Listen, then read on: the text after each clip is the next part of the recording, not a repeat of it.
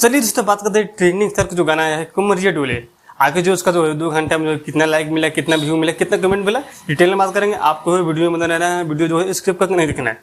और तो पहले बात कर लेते हैं, पहले हम लाइक की बात करेंगे, क्योंकि जो है लाइक जो है काफ़ी जो है अच्छा जो है मात्रा में मिला है, 27,000 उसका लाइक मिला है।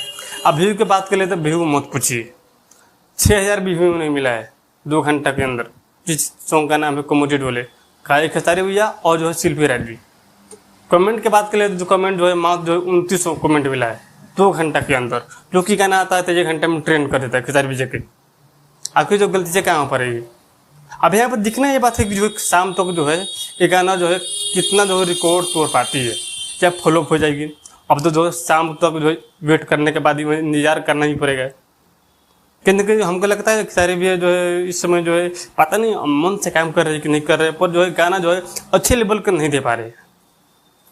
तो कहीं ना कहीं उस पर जो है विचार करना होगा उनको, क्योंकि जो है जिस तरह का जो सॉन्ग जो है फैन जो है सुनना चाहते हैं, उस मतलब जो उस तरह का फैन जो है मतलब उस तरह का सॉन्ग जो है वे फोन भी नहीं दे पा रहे। खेसारी भैया के आगे से गलती से क्या हो जा रही है, कहीं ना कहीं देखिए उस गलतियों को जो है स्वीकार करना होगा और जो है उसको जो है सुधार करने का प्रयास करना होगा।